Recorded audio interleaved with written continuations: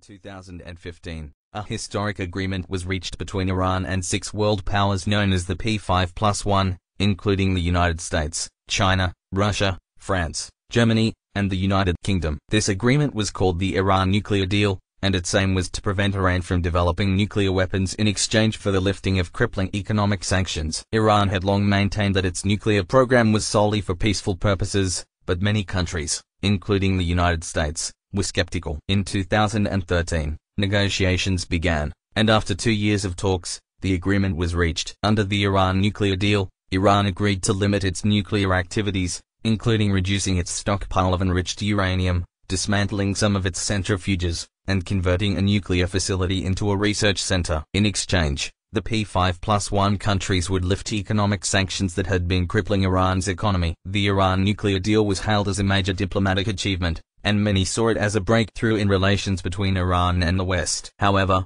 it was also controversial, with critics arguing that it did not go far enough in preventing Iran from developing nuclear weapons. In 2018, the United States under the Trump administration withdrew from the Iran nuclear deal, citing concerns about Iran's support for terrorist groups and its ballistic missile program. The withdrawal was met with international condemnation, and the other signatories to the deal, including the European Union, Russia, and China, continued to support it. The Iran nuclear deal remains a contentious issue to this day. Supporters argue that it was an important step towards preventing nuclear proliferation, while critics argue that it did not go far enough in preventing Iran from developing nuclear weapons. The withdrawal of the United States from the agreement in 2018 has only added to the controversy, and the future of the deal remains uncertain. However, the Iran nuclear deal will always be remembered as a significant moment in the history of diplomacy and nuclear non-proliferation.